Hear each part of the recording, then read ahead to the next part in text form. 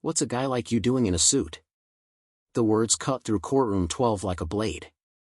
Judge Michael Reynolds didn't flinch as Detective James Sullivan jabbed a finger in his direction, the detective's other hand resting casually on his hip next to his badge.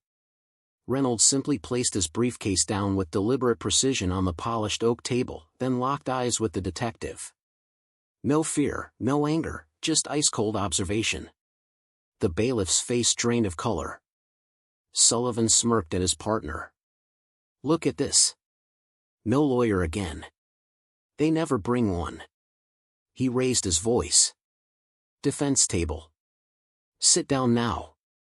Before we jump back in, tell us where you're tuning in from, and if this story touches you, make sure you're subscribed, because tomorrow, I've saved something extra special for you." Sullivan's partner, Detective Wilson, grabbed his arm. "James, stop," he whispered urgently. Sullivan jerked free. "Stop what?" The man Sullivan had been mocking wasn't a defendant. He was Judge Michael Reynolds, and what happened next took exactly 9 minutes to destroy a 17-year career. Just 6 hours earlier, Detective Sullivan was untouchable. 6 hours earlier, he stood in Courtroom 7 with the same confidence, the same posture, the same certainty that he would walk out victorious. He always did. The morning sun streamed through tall windows, casting long rectangles of light across the polished floor. Sullivan straightened his tie as he approached the witness stand. 17 years on the force. Over 250 arrests. Commendations lining his office wall. Prosecutors loved him. Defense attorneys feared him. Judges trusted him. Today's case seemed routine, almost boring by Sullivan's standards. Daniel Wright, 24, black, charged with possession with intent to distribute. Sullivan had arrested him 3 weeks ago during what he called a routine patrol in what the department classified as a high-crime neighborhood. Prosecutor Davidson smiled as Sullivan settled into the witness chair. "Detective Sullivan, please state your name and rank for the record." "Detective James Sullivan, 15th Precinct, 17 years of service." "And how many arrests have you made in your career, detective?" 253 as of last month, sir." Judge Henderson, elderly with wire-rimmed glasses perched on his nose, nodded approvingly. Sullivan had testified before him dozens of times. Henderson trusted his word implicitly. Davidson continued. "Please describe the events of April 14th, Sullivan turned toward the jury, making deliberate eye contact. "Appear sincere. Be confident." "I was on patrol with Officer Wilson in the Riverside District, a known high-crime area. At approximately 3:15 p.m. I observed the defendant on the corner of Riverside and Jefferson." "And what drew your attention to Mr. Wright?" "Suspicious behavior. Looking around nervously, checking his phone repeatedly, scanning the street, consistent with drug activity. Waiting for customers, watching for police." "What happened next?" "I observed the defendant reach into his jacket and hand something to another individual. Quick exchange. The other person walked away quickly. Based on my training and 17 years of experience, I recognize this as a hand-to-hand drug transaction." In the gallery, Daniel's mother sat with clasped hands, knuckles white, eyes red-rimmed from crying. "What action did you take, detective?" "Wilson and I approached to conduct a lawful stop. I identified myself as police and asked him to show his hands." "How did Mr. Wright respond?" Sullivan's expression hardened. "Immediately aggressive. Started backing away, shouting obscenities, reached toward his pocket, the same pocket from the transaction." "And what did you do?" "I feared for my safety. When a suspect reaches for their pocket during a confrontation, we have to assume they could have a weapon. I ordered him to the ground. When he continued to resist, I used necessary force to secure him." "What did you find?" "A plastic bag containing approximately 35 grams of cocaine in his right jacket pocket. Also, $420 in small bills, consistent with drug sales." Davidson nodded. "In 17 years, how many drug arrests have you made?" "Around 100. I've worked narcotics details extensively. I know what drug activity looks like. No further questions, Your Honor. Judge Henderson glanced at the defense table. Ms. Taylor? Alicia Taylor stood, a young black public defender with dark circles under her eyes and a stack of files suggesting 30 other cases demanding her attention. Detective Sullivan, she began, flipping through her notes, you observed Mr. Wright at 3:15 p.m., correct? That's right. From your patrol car? Yes. How far away were you? Approximately 50 to 60 feet. And you clearly saw a hand-to-hand transaction from that distance? Yes. I have excellent vision. Your partner witnessed this too? Sullivan glanced toward Wilson in the back of the courtroom, who shifted uncomfortably in his seat. Yes. He corroborated my observations in his report. Can we see your body camera footage of this incident? A flicker of annoyance crossed Sullivan's face. Unfortunately, there was a technical malfunction. The camera wasn't recording. A malfunction, Taylor repeated. Technology fails sometimes. It happens. That's right. How often does your camera malfunction, Detective? Davidson stood. Objection. Relevance. I'm establishing the witness's credibility, Your Honor, Taylor responded. Judge Henderson waved his hand dismissively. I'll allow it, but move along, Ms. Taylor. Detective, your body camera has malfunctioned 19 times in the past 2 years. The department average is 3 malfunctions per officer. Can you explain that discrepancy? Sullivan's jaw tightened. I'm in the field more than most officers. More patrol time means more equipment failure. I report every malfunction according to protocol. You report these malfunctions after arrests. After the fact. That's when I discover them. I check my equipment before shifts, but issues develop during operations. Isn't it department policy to verify recording before enforcement actions?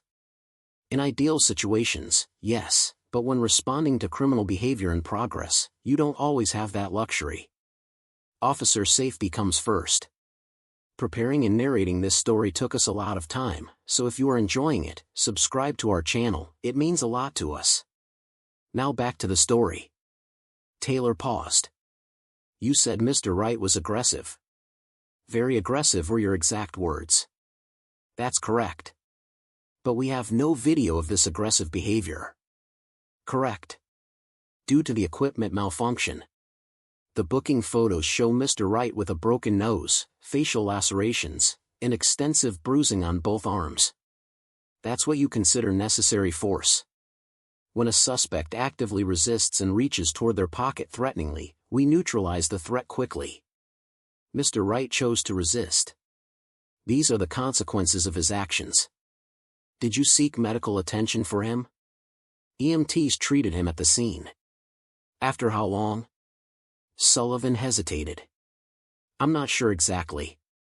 Your report says EMTs arrived 45 minutes after you called them. During that time, Mr. Wright was handcuffed face down on the pavement, bleeding. He was secured according to protocol. You stated the time of the incident as 3:15 p.m., but Officer Wilson's initial report says 3:30, a 15-minute discrepancy. Can you explain that? Sullivan's composure cracked slightly. His eyes flicked toward Wilson. Officer Wilson was mistaken.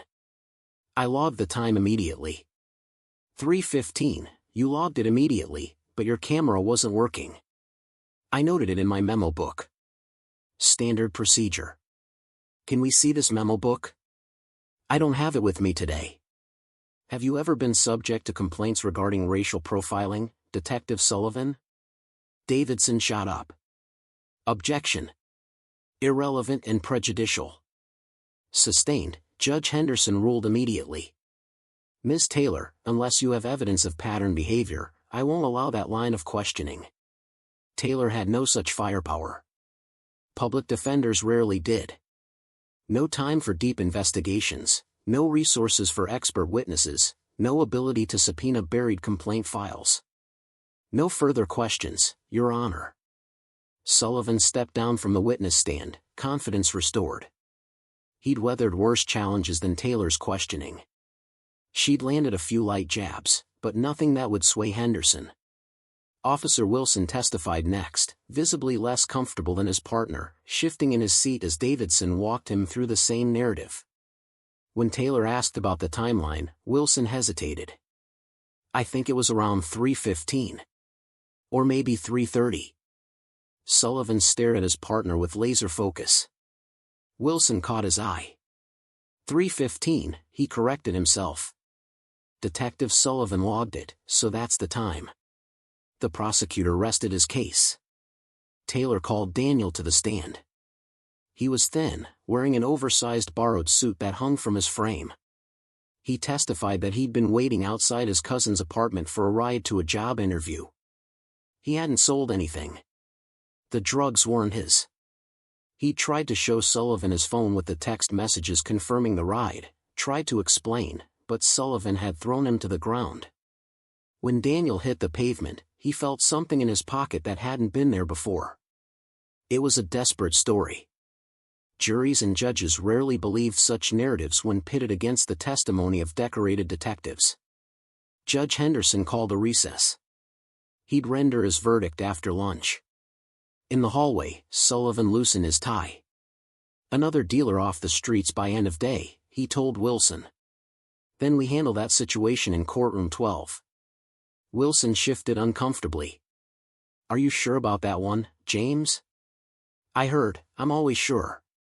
Some police accountability hearing. Activists with nothing better to do. 20 minutes, then drinks. There's been talk. Complaints piling up. Maybe we should," Sullivan's voice dropped. "We do our jobs. We clean up the streets so these people can walk around safely. When someone files a complaint because they got caught breaking the law, we don't apologize. We show up. We testify. We win." Wilson nodded. He always did. What neither knew was that in courtroom 12, someone had been waiting 6 months for this moment. Someone who'd watched Sullivan's pattern from a federal bench and stepped down specifically to be here. Someone who'd reviewed every complaint, every buried report, every camera malfunction. Someone Sullivan had just insulted without knowing who he was. Judge Henderson returned to courtroom 7. In the matter of People versus Daniel Wright, this court finds the defendant guilty on all counts. Daniel's mother sobbed quietly. Daniel dropped his head. Taylor closed her file, defeated yet again. Sullivan checked his watch. 1:45 p.m. 15 minutes to get to courtroom 12. He had no idea he was walking into the last 15 minutes of his career. 2 hours before Sullivan's insult, Judge Michael Reynolds sat in his chambers reviewing the afternoon docket. The room was impeccably organized, law books lined polished shelves, case files stacked with color-coded tabs. Everything deliberate, nothing out of place. On his desk sat a framed photograph of Reynolds with 3 Supreme Court justices at his swearing-in ceremony. A Harvard Law diploma hung on the wall. Behind it, a framed newspaper clipping, "Reynolds appointed youngest federal judge in state history," then mysteriously steps down. His clerk, Elena Martinez, entered with folders and coffee. "Judge, the Sullivan hearing is at 2 p.m. Are you sure you want to handle this yourself? His union rep can be quite aggressive." Reynolds didn't look up from the file he was reading. "How many complaints has Detective Sullivan accumulated?" 16 formal complaints, probably 60 informal ones that never got documented. None resulted in discipline. His captain buried them all. Captain Lawson. Conveniently retired 4 months ago with a full pension. Reynolds leaned back in his chair. "I've read everything. The statistical patterns, the body camera failures, the medical reports that don't match his narratives. 14 citizens filed this motion because the system failed them repeatedly." Martinez set the coffee down. "This isn't about revenge, is it? If his attorney senses any personal bias, this is about accountability, not revenge." Reynolds picked up a wooden gavel with an inscription reading, "Justice deferred is justice denied." It had been a gift from his mentor, Judge Lorraine Washington. 6 months ago, I witnessed Sullivan harass an 18-year-old at a transit station. The young man was doing nothing wrong, just waiting with headphones on. Sullivan demanded ID, searched his backpack without consent. I intervened, identified myself as an attorney. What happened? Sullivan looked at me, black man in jeans and a sweater, and told me to mind my business unless I wanted to be arrested for obstruction. When he saw my card with federal court on it, he didn't apologize. Just walked away. You filed a complaint. Which went nowhere. Captain Lawson sent a form letter saying the matter had been thoroughly investigated and found to be within departmental guidelines. And 3 weeks later, you requested leave from federal court to take this municipal appointment. My colleagues thought I was insane. Federal appointment is lifetime. Municipal court is traffic violations and misdemeanors. But you had a plan. I'd been reviewing appeals from this jurisdiction for 3 years. I saw a pattern: cases overturned for evidence inconsistencies, convictions vacated when witness statements didn't match footage, excessive force complaints dismissed without investigation. At the center, one precinct, one unit, one detective. James Sullivan. You came to fix a broken system. Sullivan's name kept appearing. Over and over. Reynolds opened a thick folder. This forensic analysis, commissioned by the Coalition for Police Accountability and led by Dr. Amara Okafor, a statistician specializing in pattern analysis, shows Sullivan's arrest rate for people of color at 92%. His patrol area demographics, 48% people of color. Statistical probability: this is random, less than 0.001%. He moved to the second section. Body camera failures. 19 malfunctions in 2 years. Department average, 3. 91% of Sullivan's failures occurred during arrests of people of color, specifically when force was used. A tech expert's conclusion: statistically impossible to be accidental. Sullivan either has catastrophically bad luck or is deliberately ensuring certain moments aren't recorded. The third folder contained videos from bystanders' phones. 4 videos submitted with the motion. I've watched them dozens of times. In each, Sullivan's official narrative doesn't match what cameras show. Aggressive suspects appear calm. Threatening gestures are people reaching for ID as instructed. Resisted arrest shows someone going completely limp while Sullivan continues applying force. Martinez interrupted his review. Why are you entering through the public entrance today? Why not wear your robes? Call it a field test. If Sullivan can't recognize authority when it doesn't look as he expects, that tells us everything we need to know. What if he doesn't show up? He'll show. Men like Sullivan always do. They think these hearings are theater: show up, deny everything, let the union attorney talk, walk away clean. But this is a reckoning. What if he recognizes you from 6 months ago? He won't. I was just another black man, forgettable, invisible. Reynolds closed the files. Today, Detective James Sullivan will walk into a courtroom and make assumptions based solely on appearance. And those assumptions will destroy him. Reynolds walked through the courthouse corridors, taking the stairs instead of the judge's elevator. He passed through security like any visitor, nodding at guards who didn't recognize him without his robes. Outside courtroom 7, he saw a woman crying softly on a bench, mid-50s, wearing her Sunday best despite it being Tuesday. Her hands clutched tissues, eyes fixed on closed doors. Daniel Wright's mother.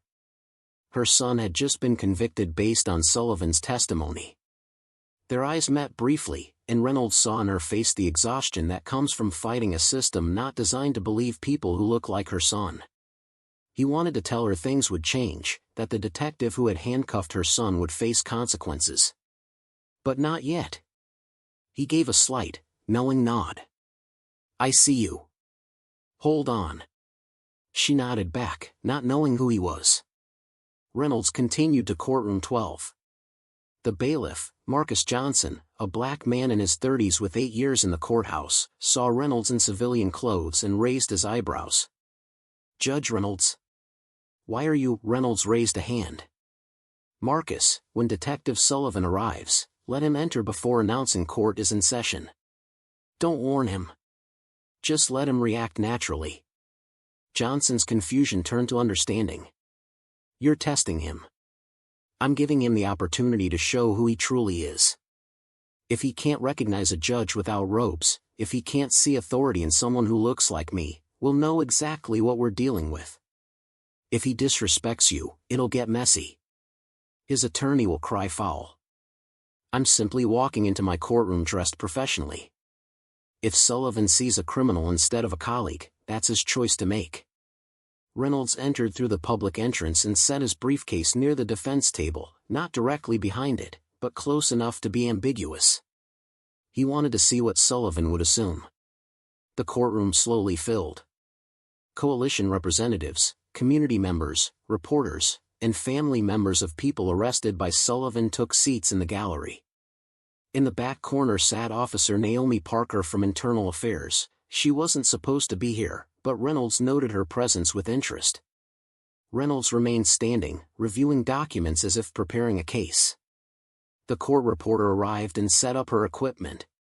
Elena slipped through the side door, her face carefully neutral as she took her place. At 2:01 p.m., voices echoed from the hallway, male, confident, laughing. Johnson glanced at Reynolds, who nodded slightly. The doors opened, and Detective James Sullivan entered mid-conversation with Wilson, tie loosened, posture radiating casual arrogance. His eyes landed on Reynolds, standing near the defense table in his navy suit. What's a guy like you doing in a suit? Stole it? The words hung in the air as Reynolds didn't move, didn't speak, just held Sullivan's gaze with the calm that comes from knowing what happens next. Johnson's hand hovered near his radio. The gallery held its collective breath. Wilson's face drained of color. He'd seen Reynolds' photo in the courthouse directory. Sullivan kept talking, digging himself deeper with every word. Defense table. Sit now. 3 months before that moment in courtroom 12, Judge Michael Reynolds had sat at his dining room table long after midnight, surrounded by documents that painted a portrait of systematic abuse. His reading glasses reflected the glow of his laptop screen as he reviewed case after case. A cold cup of coffee sat untouched at his elbow. His son, Jason, 16 years old and sharp as his father, appeared in the doorway wearing basketball shorts and a t-shirt. "Dad, you're doing that thing where you don't sleep again." Reynolds looked up, managed a tired smile. "Just reviewing a case." Jason walked closer and saw the files spread across the table. "That's a lot of pages for just a case." He picked up a photograph of Sullivan. "This is that cop, isn't it? The one you've been investigating." "How did you, Dad? You've had these folders on the coffee table for months." "Also, I Googled him. Detective James Sullivan. He's a piece of work." Reynolds removed his glasses, rubbed his eyes. "Language. I didn't curse. I said piece of work. That's factually accurate." Jason pulled out a chair, sat down. "Mom would tell you to get some sleep." The mention of his late wife hung in the air. She'd been gone 4 years, cancer, fast and merciless. She'd been a civil rights attorney, fierce and uncompromising. Reynolds had become a judge partly to honor her legacy of fighting for justice. "Your mother would also tell me to finish what I started," Reynolds said quietly. Jason picked up one of the files, scanned the first page. 16 complaints, 0 disciplinary actions. How is that even possible? Because the system protects its own. Captain Lawson, the man who was supposed to investigate these complaints, decided that burying them was easier than addressing them. Sullivan had good arrest stats, and pursuing bias claims was politically messy. That's garbage. That's reality. Or it was. Reynolds closed his laptop. But Lawson retired, and someone had to request these sealed records through proper legal channels. It took me 3 months. Jason studied his father's face.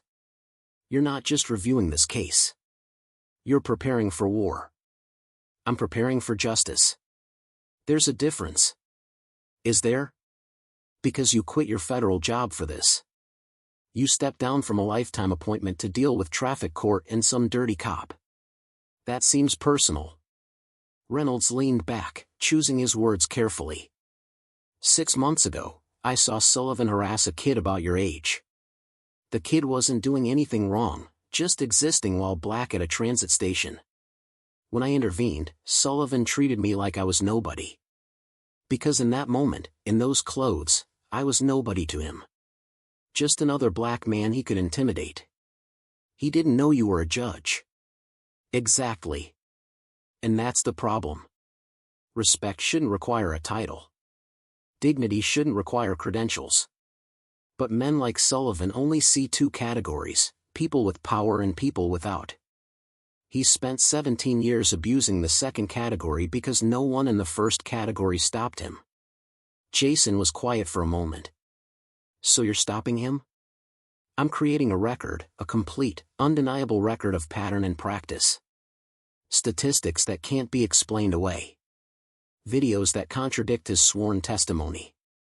Expert analysis showing his body camera failures aren't accidents. Reynolds tapped the folders. This isn't revenge. It's documentation. Sounds like both. Reynolds smiled slightly. Your mother would have said the same thing. He stood, walked to the window. Outside, the neighborhood was dark and quiet. Tomorrow afternoon, Sullivan has a hearing about his conduct. It's a civil proceeding, not criminal.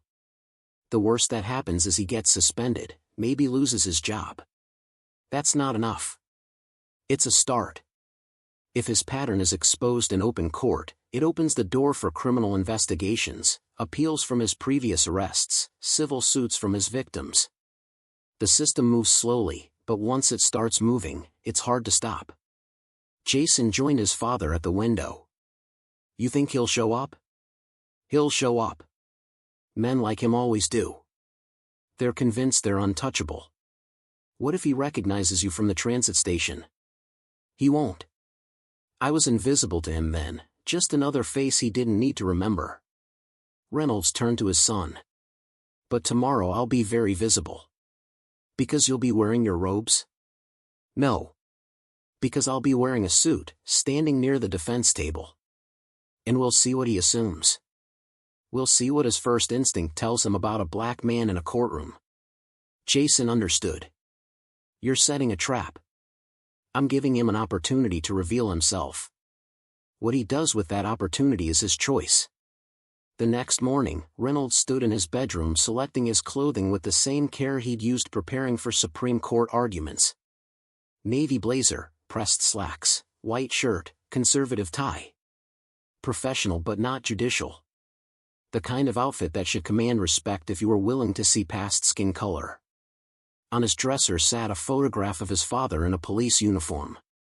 Officer Thomas Reynolds, killed in the line of duty 25 years ago. He'd been a good cop, the kind who saw citizens, not suspects, who understood that the badge was a responsibility, not a license. Reynolds picked up the photo. Dad, I hope I'm doing the right thing. I hope you'd understand why this matters. His father's frozen smile offered no answers, but Reynolds knew what he had to do. He picked up 2 folders he'd prepared the night before. One labeled motion to dismiss, one labeled disciplinary referral. Which one he'd use depended entirely on Sullivan's actions. Reynolds checked his watch. Noon. 2 hours until the hearing. He took a deep breath, straightened his tie, and headed for the courthouse. Today, Detective James Sullivan would walk into a courtroom and make assumptions based on nothing but appearance, and those assumptions would destroy him. The silence lasted exactly 5 seconds. 5 seconds during which Sullivan's brain tried to process what his eyes were seeing. The man he'd just insulted was walking past the defense table, past the prosecution table, up the steps to the judge's bench, and sitting down in the judge's chair. Sullivan's face went from confident to confused to ashen. Wilson grabbed his arm, whispered urgently, James, that's Judge Reynolds. Too late, Reynolds adjusted the microphone. Bailiff, please know for the record that Detective James Sullivan entered this courtroom at 2:03 p.m. and immediately addressed this court with the following statement. He glanced at his notes. Quote, "What's a guy like you doing in a suit?" "Stole it." End quote. Johnson spoke formally. "Noted, Your Honor." Sullivan's attorney, Richard Bennett, stood abruptly. "Your Honor," Detective Sullivan clearly didn't recognize. Reynolds raised one hand. Bennett stopped mid-sentence. "Mr. Bennett, we'll get to objections in due course. Sit down." Reynolds's tone was clinical. "This hearing concerns Motion 2025 CR 9521, filed by the Coalition for Police Accountability, requesting judicial review of Detective Sullivan's arrest record and disciplinary history." Bennett remained standing. "Given what just occurred, we move for immediate recusal." Motion denied. "Sit down. You can't be both aggrieved party and, Mr. Bennett, I am not the aggrieved party. I am the presiding judge. Detective Sullivan's statement will be entered as evidence of his pattern of making assumptions based on race. Sit down, or I'll hold you in contempt." Bennett sat. Sullivan looked like he wanted to sink through the floor. "This court will now hear testimony regarding Detective Sullivan's pattern of discriminatory policing. Ms. Washington, you may proceed." Tamara Washington stood. Black woman, early 40s, sharp charcoal pantsuit, former prosecutor, now executive director of the Coalition. "Thank you, Your Honor." The Coalition presents 3 categories of evidence. She approached the laptop connected to the projection screen. First, statistical analysis. A chart appeared, clean, professional, undeniable. Detective Sullivan has made 253 arrests over 17 years. 92% involved people of color. His patrol area demographics, 48% people of color, 52% white. She paused to let that sink in. If arrests reflected actual crime rather than bias, demographics would roughly mirror the neighborhood. Instead, we see a 44-point disparity. Bennett stood. "Objection. High crime areas naturally, I'll hear complete testimony before entertaining objections," Reynolds said. "Continue, Ms. Washington." "We consulted Dr. Amara Okafor, a statistician from State University. Her conclusion, probability of this disparity occurring randomly is less than 0.001%. This is significant evidence of selective enforcement." Murmurs rippled through the gallery. Sullivan shifted in his seat. Second, body camera failures. Washington clicked to the next slide. Detective Sullivan reported 19 malfunctions in 2 years. Departmental average, 3. This alone might be coincidence. However, 17 of Sullivan's 19 failures occurred during arrests of people of color. 91% happened at the exact moment force was applied. Reynolds leaned forward. "Were these failures reported before or after arrests?" "After, Your Honor." Sullivan's shift logs show he certified equipment functional before every patrol. Malfunctions were only reported post-arrest. Washington called her next witness, Raj Patel, to the stand. A South Asian man in his 30s approached with a tablet. After being sworn in, Washington established his credentials as a digital forensics analyst specializing in body camera systems. "Mr. Patel, what did you find in your analysis?" Detective Sullivan uses the same body camera model as 38 other officers in his department. The overall failure rate across those officers is 5.2%. Sullivan's individual failure rate is 26.4%, more than 5 times the average.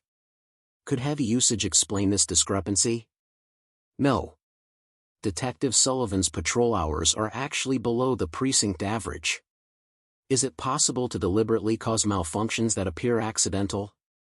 Bennett objected. Reynolds allowed the question as expert testimony.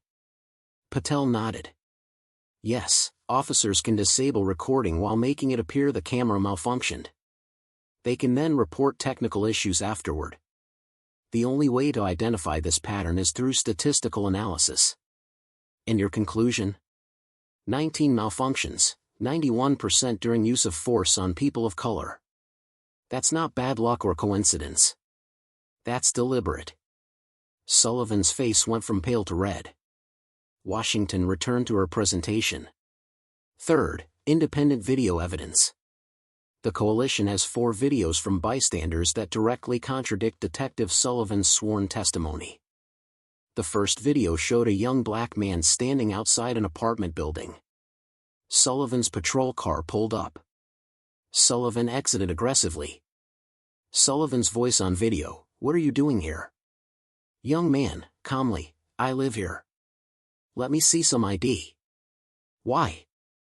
"I haven't done anything." "ID now. Or we do this the hard way." The video showed the man reaching slowly for his wallet. Sullivan grabbed his arm, spun him around, and forced him against the wall. Washington paused the video. Sullivan's arrest report states the suspect was loitering suspiciously and refused to comply with lawful commands. It says the suspect made a sudden movement toward his waistband, forcing restraint. The video tells a different story. She played the second video, a traffic stop. Black woman, mid-30s, hands visible on the steering wheel. Sullivan approached, "License and registration." Woman, steady voice, "Can you tell me why you pulled me over?" "License and registration." "Now, I'd like to know the reason for the stop." "You were driving erratically." "I was 5 under the speed limit in the right lane." Sullivan's voice rose, "Are you arguing with me?" "Step out of the car." "I have a right to know why I'm being stopped." "Step out or I'll remove you." The video showed the woman asking for Sullivan's badge number. He opened her door and physically pulled her out. She didn't resist, but Sullivan forced her to the ground anyway. Sullivan's report states the driver was erratic and non-compliant, Washington explained. The video shows a woman calmly asserting her legal rights. The gallery was silent as Washington played the third video, the Daniel Wright arrest. The same arrest Sullivan had testified about that morning. But this video, shot from across the street, showed a wider angle. Daniel standing on the corner checking his phone. Not nervous, not scanning, just waiting. Sullivan's car appeared. Sullivan exited quickly, hand already on his baton. Sullivan's testimony that morning stated he observed Daniel conducting a drug transaction. The video showed no transaction. It showed Daniel checking his phone. The video continued, Sullivan ordering Daniel down. Daniel complied immediately, knees, hands raised. Sullivan forced him face down anyway, kneeling on his back. Then the critical moment, Sullivan's hand reaching into Daniel's jacket. The angle suggested Sullivan was putting something in rather than taking something out. Washington paused on that frame. This video was submitted 3 days ago. The person who filmed it was afraid initially, afraid of retaliation, of not being believed, but when they heard about this hearing, they found the courage to come forward. "Ms. Washington," Reynolds asked, "are you suggesting Detective Sullivan planted evidence?" "I'm suggesting this video contradicts sworn testimony. Combined with the statistics and equipment failures, it suggests Detective Sullivan has been systematically violating civil rights for years." Bennett found his voice. "Your Honor, these videos are taken out of context and don't show the complete interactions. We'll hear your response in due course." Reynolds turned to Sullivan. "Detective, you've been listening for 20 minutes to testimony about your arrest patterns, body camera failures, and videos contradicting your statements. Do you have any response?" Sullivan stood, flushed. "Your Honor, with respect, I've been a decorated officer for 17 years. I've put dangerous criminals behind bars. These statistics are cherry-picked to make me look bad. I follow protocol. I enforce the law. If people would just comply, none of this would happen. Sit down, Detective." Sullivan sat. 15-minute recess. "When we return, I'd like to hear from any other witnesses." Adjourned. The gavel came down. As people filed out, Sullivan approached the bench, a massive protocol violation. Bennett tried to stop him. "You can't do this," Sullivan hissed, his tone threatening. "I see what's happening. You have an agenda. You're not impartial. Reynolds, still seated, met his eyes. I'm what, detective? Say it. The court reporter is still recording. Sullivan caught himself. Stepped back. That's what I thought, Reynolds said quietly. 15 minutes, detective. And stepped back behind the bar. This is my courtroom, not yours. Sullivan retreated, his face masked with rage. The worst was yet to come. Court resumed 14 minutes later. The gallery had filled to capacity. Word had spread through the courthouse that something extraordinary was happening in courtroom 12. More reporters, more officers, more families who'd filed complaints that went nowhere, all packed in to witness what came next. Bennett stood immediately. Your Honor, we renew our motion for recusal.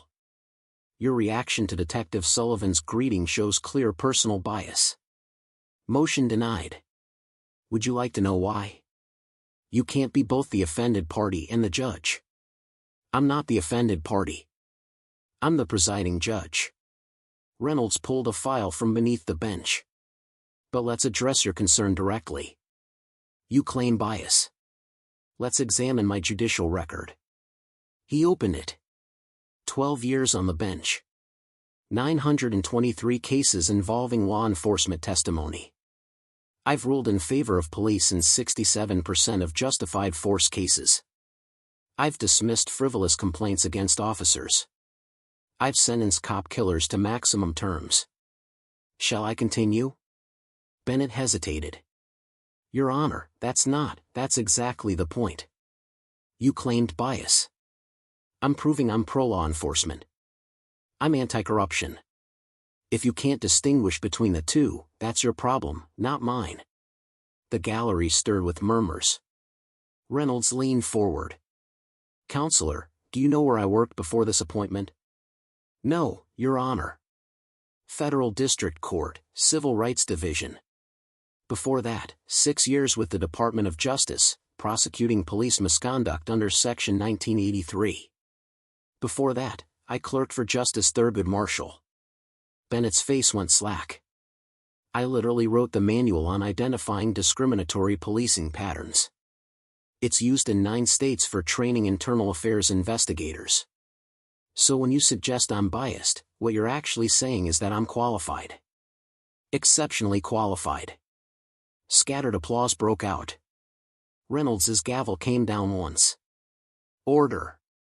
But he allowed the moment to linger. Sullivan looked like he'd been punched in the stomach. Let's also address why I'm here. 6 months ago, I left federal court for this municipal appointment. My colleagues thought I was insane. Federal is lifetime. Municipality is traffic violations and petty theft. He paused, looking directly at Sullivan.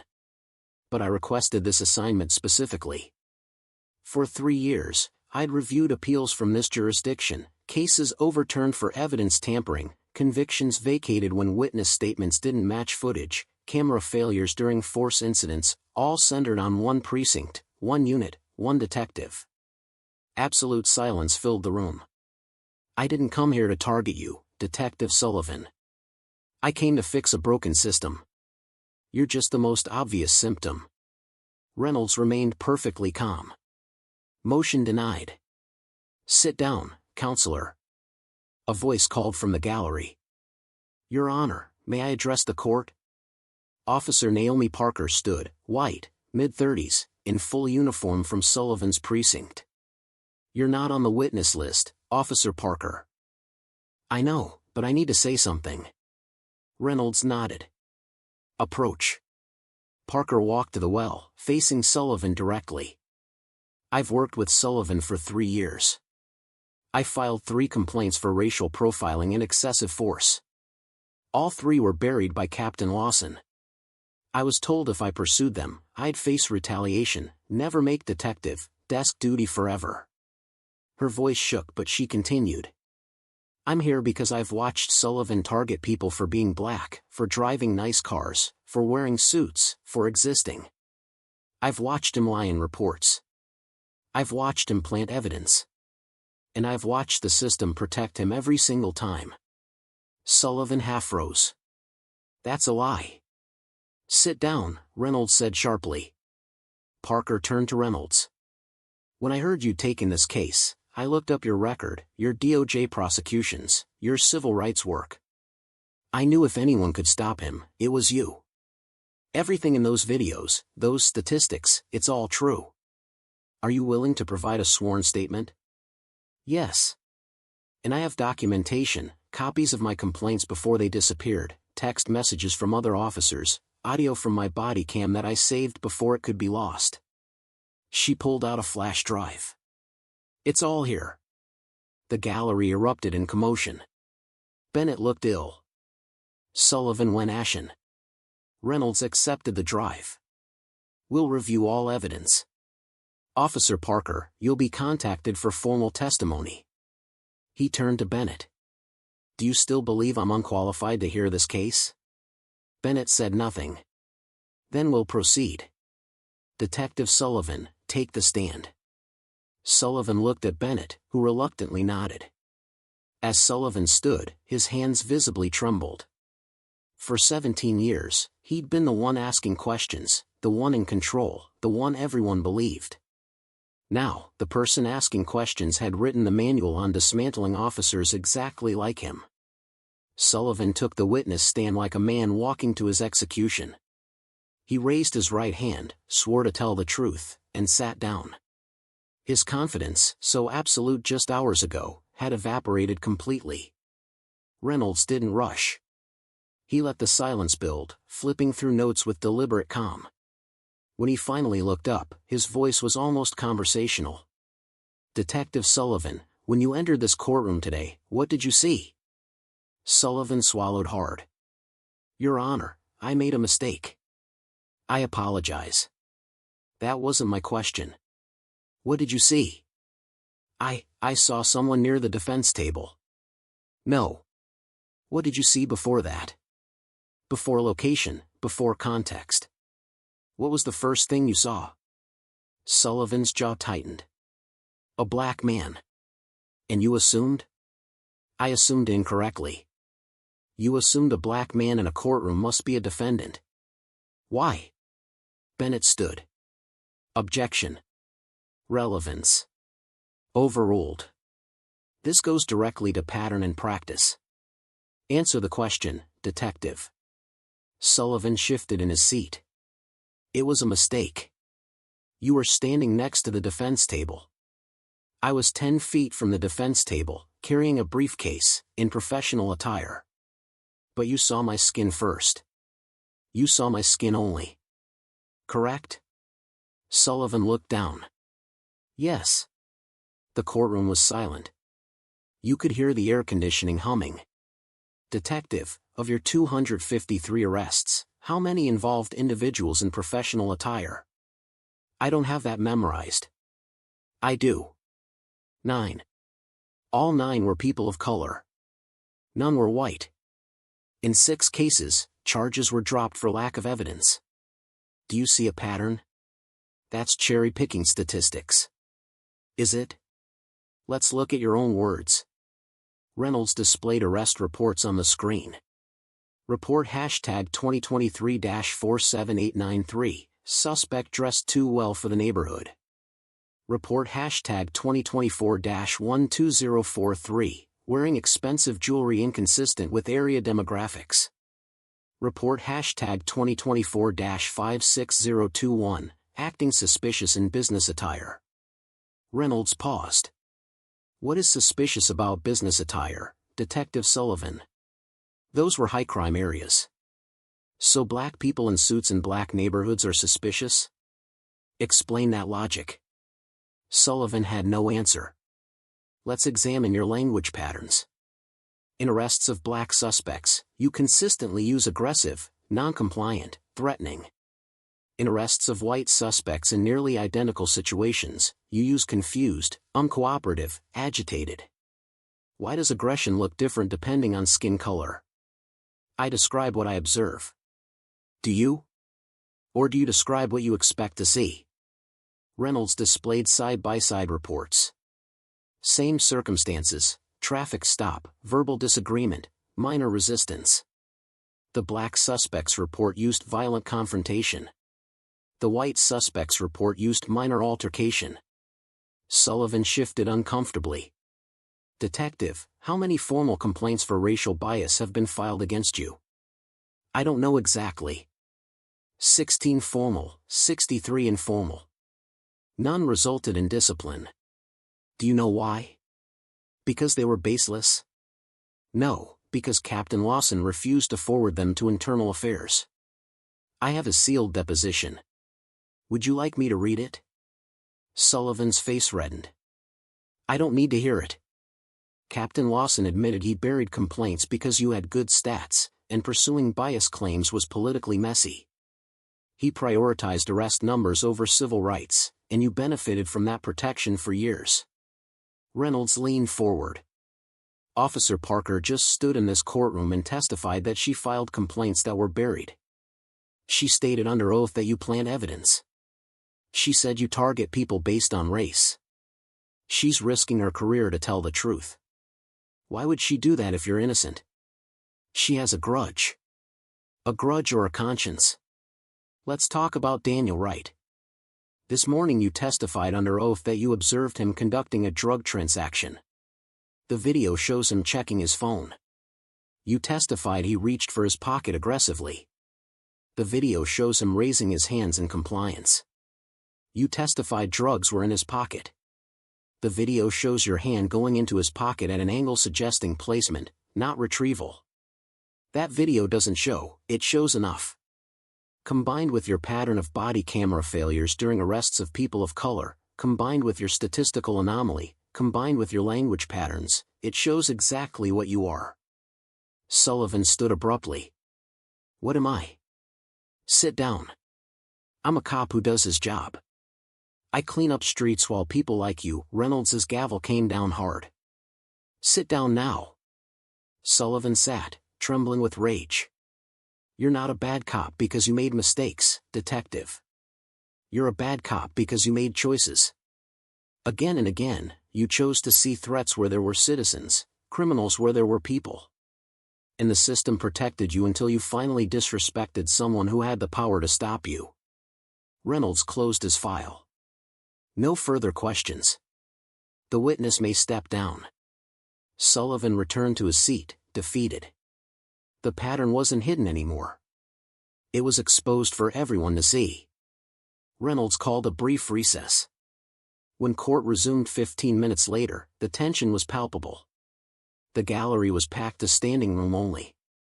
Reporters furiously took notes. Reynolds adjusted his microphone. This court has reviewed extensive evidence of a pattern of discriminatory policing by Detective James Sullivan. The evidence includes statistical analysis, independent witness testimony, video documentation, and Detective Sullivan's own words. He paused. The question before this court is not whether Detective Sullivan is racist in his heart. I'm not a mind reader. The question is whether his actions, his patterns, his choices demonstrate discriminatory policing in violation of civil rights statutes and departmental policy. Reynolds looked directly at Sullivan. The answer is unequivocally yes. A murmur rippled through the gallery. First, statistical analysis. Detective Sullivan's arrest rate shows 92% people of color in an area that's 48% people of color. The probability of this occurring randomly is less than 0.001%. This is intentional targeting. Bennett started to stand. Reynolds raised a hand. Counselor, I'm rendering my decision. You'll have an opportunity to appeal. Second, the body camera failures. 19 malfunctions when the department averages 3. 91% occurred during force on people of color. Expert testimony established this cannot be accidental. It suggests deliberate evidence suppression. Reynolds pulled up the video evidence. Third, independent videos. For recordings that directly contradict Detective Sullivan's sworn testimony. A young man described as loitering was standing outside his own home. A driver described as erratic was asserting her legal rights. Daniel Wright, described as conducting a drug transaction, was checking his phone. He paused on the frame of Sullivan's hand in Daniel's pocket. This raises serious questions about evidence planting. Combined with equipment failures at critical moments, it suggests deliberate manufacturing of probable cause. Fourth, language analysis.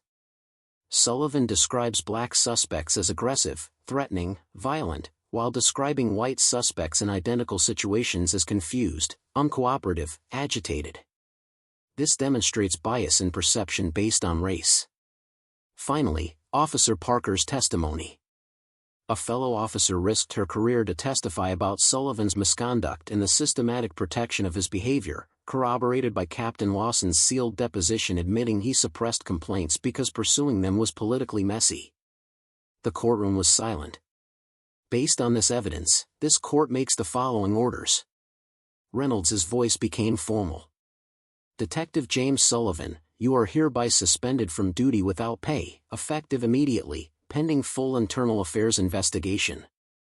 Your badge and weapon will be surrendered to the bailiff before leaving this courtroom. Sullivan rose. You can't, I have rights. You have the same rights as every person you arrest. Sit down or I'll hold you in contempt. Sullivan sat, his face burning with humiliation. Second, this court orders a complete audit of all cases involving Detective Sullivan for potential wrongful convictions. Any case where Sullivan was the primary arresting officer and body camera footage is suspiciously absent will be flagged for review. Daniel Wright's mother began crying with relief. Third, this court refers Detective Sullivan to the district attorney for criminal investigation into perjury and evidence tampering. Fourth, this court refers this matter to the state attorney general for civil rights investigation. Fifth, this court orders the 15th Precinct to review complaint handling procedures comprehensively. Reynolds looked up. Sixth, in the matter of People v. Daniel Wright, case # 2025 CR 7733, this court issues an immediate order vacating that conviction based on newly discovered evidence of perjured testimony. Mr. Wright is to be released immediately. The gallery erupted. People stood, applauded. Daniel's mother collapsed, sobbing with relief. Reynolds allowed 5 seconds, then his gavel came down. Order! The room quieted. Reynolds leaned forward, addressing Sullivan directly. Detective Sullivan, when you walked into this courtroom today, you saw a black man and assumed he was powerless. That assumption has governed your entire career. You've mistaken compliance for respect, fear for order, and authority for justice. Today you learn the difference. His voice remained steady. I don't take pleasure in this. A good cop is a treasure to their community. But you were never a good cop. You were a man in uniform who weaponized the law against people who looked different. And you did it because the system allowed you to. Reynolds addressed the full courtroom. This case is not an anomaly. It's a symptom. To every officer watching, the standard isn't perfection. It's accountability. Do your job with integrity and courts will support you. Do it with bias and eventually you'll stand before someone who won't look away. He turned back to Sullivan. Detective Sullivan, based on your attempt to approach this bench threateningly during recess, your history of intimidation documented today, and your contemptuous behavior, I find you in criminal contempt of court. Reynolds' voice was ice. Bailiff, place Detective Sullivan under arrest. The courtroom froze. Johnson approached with handcuffs. Sullivan's face showed shock, disbelief, rage. You're arresting me? Reynolds' expression didn't change. You taught me the assumption today, detective. When you see a black person in a courtroom, assume they're a criminal. By your own logic, you're under arrest. The irony landed like thunder. Johnson placed handcuffs on Sullivan's wrists, the same handcuffs Sullivan had used on hundreds of people. The metal clicked closed with finality. The gallery watched in silence, then scattered applause grew louder. Reynolds' gavel came down. Order! This is a courtroom, not a theater. But he allowed himself the smallest smile, the first emotion he'd shown all day. Court is adjourned. The gavel fell one final time. Johnson led Sullivan toward the door. Wilson remained seated, head in hands. Officer Parker nodded at Reynolds. Daniel's mother was still crying, now surrounded by embraces from supporters. As Sullivan reached the door, he turned back, face showing humiliation and fury. Reynolds met his eyes with the same calm. Sullivan was led away in handcuffs. After 17 years of putting others in them, he finally understood how they felt. 6 weeks later, consequences rippled outward like waves from a stone dropped in still water. Every case Sullivan had touched was under review. The district attorney's office had formed a special task force. Already, 12 convictions had been vacated, with dozens more expected. Sullivan was facing multiple felony charges: perjury, evidence tampering, civil rights violations. Reynolds sat in his chambers, reviewing the morning docket, when Elena knocked and entered. "Judge, Daniel Wright is here to see you." Reynolds looked up, surprised. "Show him in." Daniel entered, looking healthier than the last time Reynolds had seen him. He wore a clean button-down shirt, pressed slacks, interview clothes. "Your Honor, I hope it's okay that I came by. I wanted to thank you in person." Reynolds gestured to a chair. "How are you doing, Mr. Wright?" "Better. Much better. I have a job interview this afternoon. My record's been cleared." "My mom's smiling again." Reynolds nodded. "Good. That's good to hear. The thing is," Daniel hesitated, "I keep thinking about what you did. How you saw something wrong and decided to fix it, even when it meant stepping down from your position. Even when people thought you were crazy for doing it. Sometimes justice requires sacrifice. That's why I'm here. I've decided to apply to law school. I want to become a public defender." Reynolds smiled, genuinely surprised. "That's a challenging path." "I know. But I saw what Miss Taylor tried to do for me, working with no resources, no time. And I saw what you did, using the power you had to make things right. I want to be part of that. The system needs good people, Mr. Wright. People who've seen its failures firsthand often make the most dedicated advocates." Daniel leaned forward. "Can I ask you something? Was it worth it? Stepping down from federal court for this?" Reynolds thought for a moment. "My father was a police officer. A good one. He taught me that power without accountability corrupts absolutely. He died in the line of duty protecting people who looked like us. Every time an officer like Sullivan betrays their oath, they dishonor officers like my father." He met Daniel's eyes. "So yes, it was worth it. One corrupt officer removed. One system put on notice. One young man sitting in front of me talking about law school instead of serving time for a crime he didn't commit. That's worth any sacrifice." Daniel stood. "Thank you, Your Honor." "Mr. Wright," Reynolds called as Daniel reached the door, "when you graduate law school, come see me. The courts need good people too." Daniel smiled. "Yes, sir. I will." After Daniel left, Reynolds opened his desk drawer and took out the photograph of his father in uniform. "We did it, Dad," he said quietly. "One step toward making it right." Reynolds knew there would be more Sullivan cases. More corrupt officers. More broken systems. But also more Daniel Wrights. More Officer Parkers finding the courage to speak up. More moments when justice prevailed. He replaced the photograph and turned to the day's cases. The work continued. The fight for justice never ended. But today, the scales had tilted ever so slightly back toward balance. 3 months after the fateful courtroom confrontation, Judge Michael Reynolds returned to his federal appointment. His municipal court assignment had been a temporary but necessary detour, a surgical intervention to excise a cancer from the justice system. The case against Sullivan had sparked a wildfire of reform that was still spreading through the department and beyond. On his first day back at the federal district court, Reynolds found his chambers filled with welcome-back cards and small gifts from colleagues who had finally understood why he'd stepped down. The most meaningful card came from Judge Lorraine Washington, his mentor, who'd written simply, "Justice delayed isn't always justice denied." "You prove that." Reynolds settled into the familiar comfort of his federal chair, larger and more imposing than the municipal seat, but the weight of responsibility felt the same. On his desk, he'd placed a framed photo from the newspaper, himself and Daniel Wright standing on the courthouse steps after Daniel's full exoneration.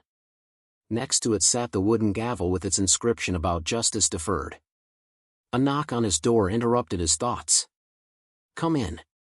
Elena entered, carrying a stack of case files. "Welcome back, Judge.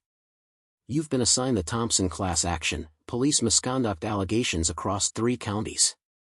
Reynolds raised an eyebrow. "The assignment committee didn't waste any time putting me back to work on reform cases. After Sullivan, you're the go-to judge for these matters." She set down the files. "Also, Officer Parker called." The internal affairs investigation expanded.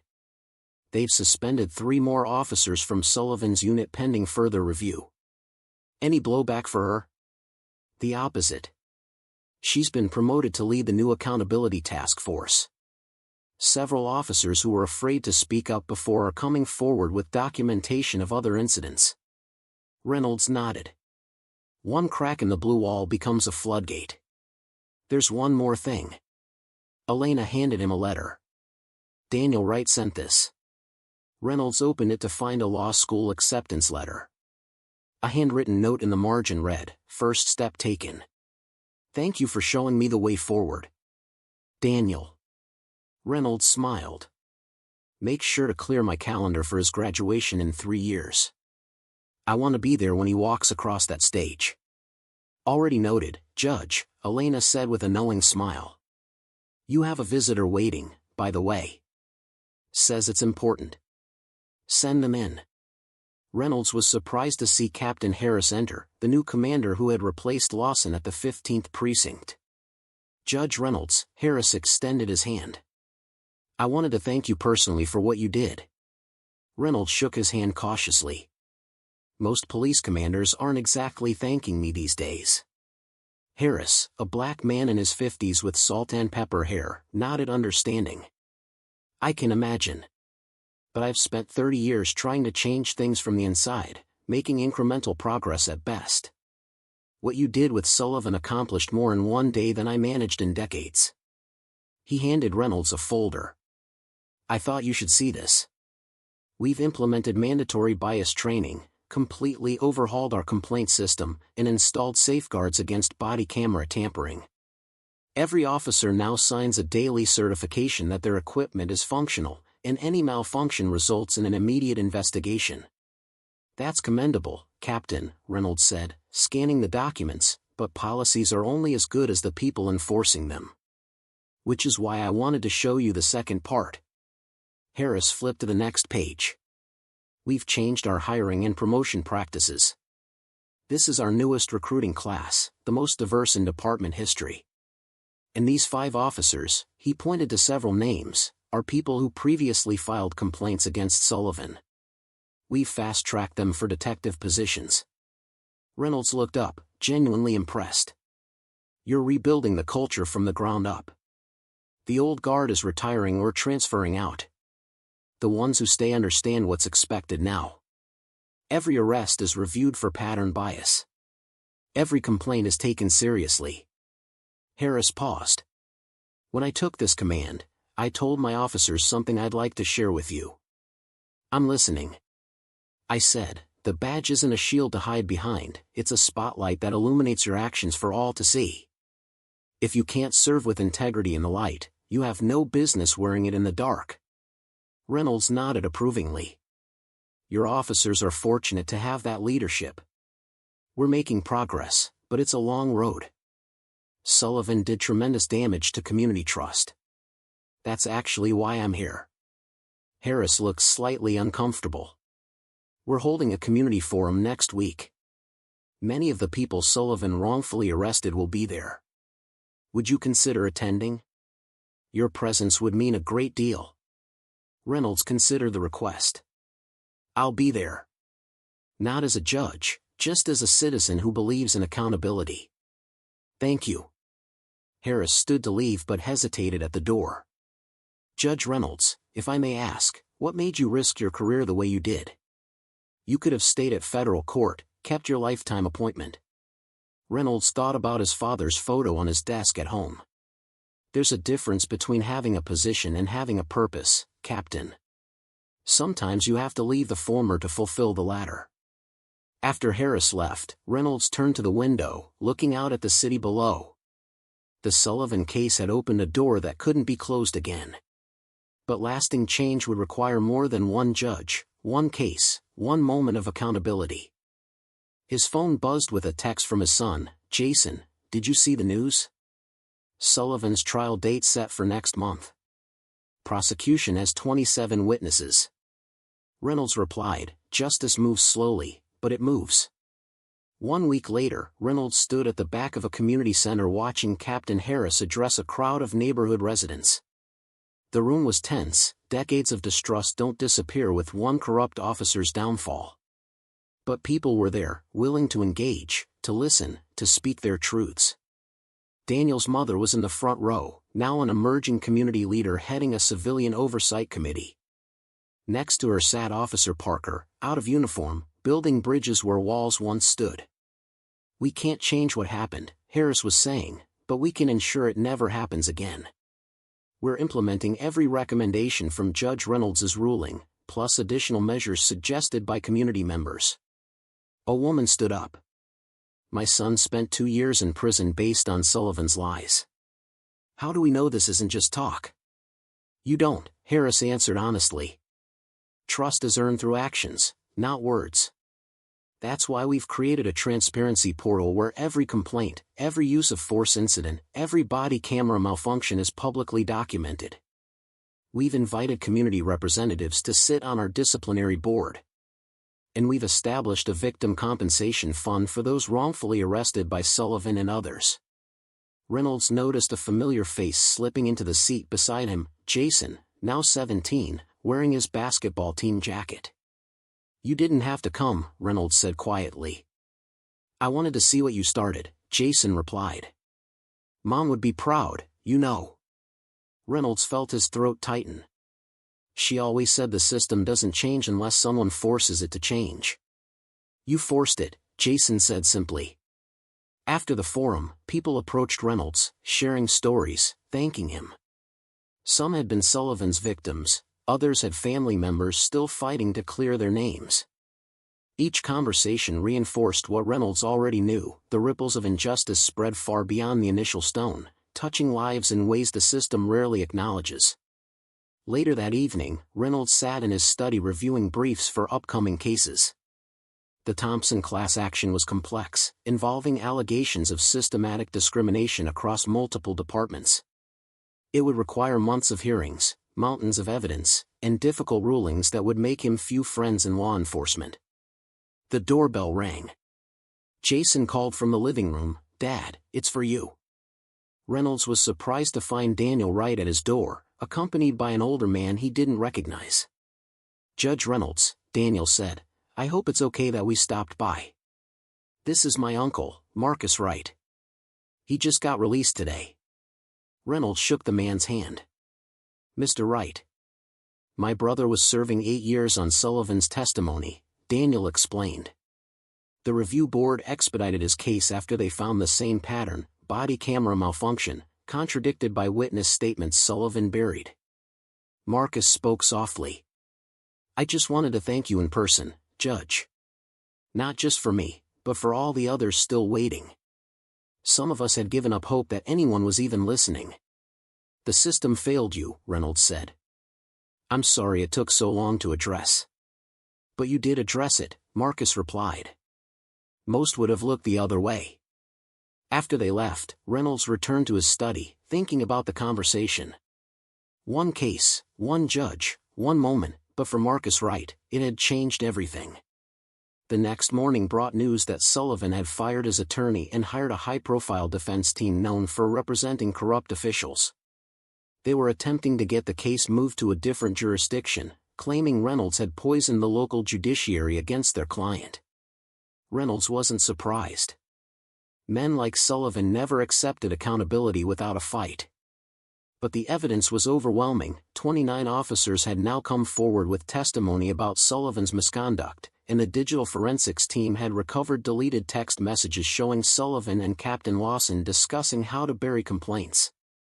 6 months after the confrontation in Courtroom 12, James Sullivan stood trial on 18 felony counts.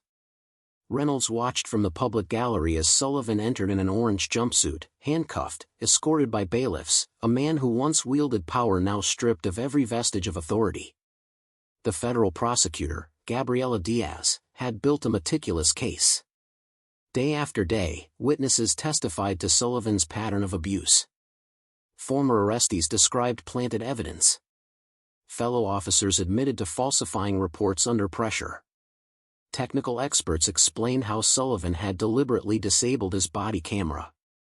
The jury deliberated for just 4 hours before returning a unanimous guilty verdict on all counts. As Sullivan was led away, his eyes met Reynolds across the courtroom. No words were exchanged, but the message was clear. The system Sullivan had manipulated for years had finally held him accountable. Outside, reporters swarmed around Reynolds. "Judge, do you feel vindicated?" Reynolds considered the question. "This isn't about vindication. It's about correction. For too long, we allowed officers like Sullivan to operate with impunity, to target communities based on bias rather than behavior. The real vindication belongs to those who suffered under his badge and weren't believed until now." Another reporter called out, "What message does this send to other officers?" "The same message it sends to judges, prosecutors, and every person in the justice system. The law applies to everyone. Your oath means something. And when you violate that oath, there are consequences." 1 year to the day after Sullivan had walked into Courtroom 12 and made his fatal assumption, Reynolds sat in his chambers reviewing the impact of what had become known as the Sullivan effect. 43 convictions overturned. 7 officers indicted. 3 precincts under federal monitoring. New legislation mandating independent investigations of all police misconduct allegations. But the numbers told only part of the story. The real change was happening in courtrooms and street corners across the city, in the renewed skepticism with which judges examined police testimony, in the caution with which officers approached citizens, in the confidence with which community members asserted their rights. Elena knocked on his door. "Your 3 o'clock is here, Judge." Reynolds looked up to see a group of law students filing in, a diverse collection of young faces eager to learn from the judge who had become something of a legend in legal circles. "Thank you for meeting with us, Your Honor," their leader said. "We're studying your ruling in the Sullivan case for our civil rights seminar." Reynolds gestured for them to sit. "What questions do you have?" A young woman raised her hand. "Sir, did you know what would happen when you stood near the defense table that day? Did you anticipate Sullivan's reaction?" "I knew the possibility existed," Reynolds admitted. "But I didn't set a trap. I created an opportunity for truth to reveal itself." Sullivan chose how to respond. "Weren't you worried about accusations of entrapment?" Another student asked. This wasn't a criminal proceeding at that point. It was an administrative hearing to review Sullivan's conduct pattern. His immediate assumption about me simply became additional evidence of that pattern. A young man in the back spoke up. "My father is a police officer. He says what you did has made cops afraid to do their jobs." Reynolds nodded, appreciating the challenge. "I understand that perspective. But I'd ask your father, were officers like Sullivan doing their jobs when they planted evidence? When they disabled body cameras? When they targeted people based on race rather than reasonable suspicion? True police work, the kind that keeps communities safe while respecting citizens' rights, was never on trial in that courtroom. Only the abuse of power was." The students continued their questions, and Reynolds answered each one honestly, emphasizing the balance between accountability and support for law enforcement. As they prepared to leave, one final question came. "Judge Reynolds, would you do it again? Knowing the controversy, the threats, the criticism, would you still step down from federal court to pursue this case?" Reynolds thought about Daniel Wright now in law school, about Marcus Wright reunited with his family, about Officer Parker leading reform efforts, about Captain Harris rebuilding a department from the inside out. Every time, he said without hesitation, justice isn't just about rulings from the bench. Sometimes it's about stepping down from that bench to ensure the system works for everyone. After the students left, Reynolds walked to the window of his chambers. The city stretched before him, imperfect, struggling, but perhaps a little more just than it had been before. The work wasn't finished. It never would be. But each step forward mattered. On his desk, his phone buzzed with a news alert. The police accountability bill inspired by the Sullivan case had passed the state legislature. It mandated independent investigations of misconduct, created stronger whistleblower protections, and established a civilian review process with real authority. Reynolds smiled. The system could change when enough people demanded it. Sometimes it took one person refusing to look away, one judge willing to step down from a lifetime appointment to face a detective who couldn't see past skin color, one moment when assumptions were exposed and accountability took hold. Outside his window, the sun was setting over the courthouse square, where a demonstration was gathering, not in protest, but in celebration of the bill's passage. Reynolds spotted familiar faces in the crowd: Daniel and his mother, Captain Harris, Officer Parker, community leaders, and ordinary citizens united by their commitment to a justice system worthy of the name. This was the true legacy of that confrontation in Courtroom 12, not just one detective held accountable, but a community awakened to the possibility of change, a system forced to examine its deepest flaws, and a renewed commitment to the principle that justice must work for everyone or it works for no one. As darkness fell, Reynolds turned from the window and gathered his files. Tomorrow would bring new cases, new challenges, new opportunities to ensure the scales of justice remained balanced. The work continued, but tonight, he allowed himself a moment of satisfaction. Sometimes justice delayed was not justice denied, merely justice gathering its strength for the fight ahead. And somewhere in the city, in a law school study room, Daniel Wright was preparing for his future, surrounded by textbooks on constitutional law and civil rights. On the wall above his desk hung a framed quote from Judge Michael Reynolds' ruling in the Sullivan case: "The measure of justice is not how it treats the powerful, but how it protects the powerless." That, more than anything, was the lesson of Sullivan's downfall, that true justice sees beyond assumptions, beyond uniforms, beyond titles, to the fundamental humanity that the law exists to protect.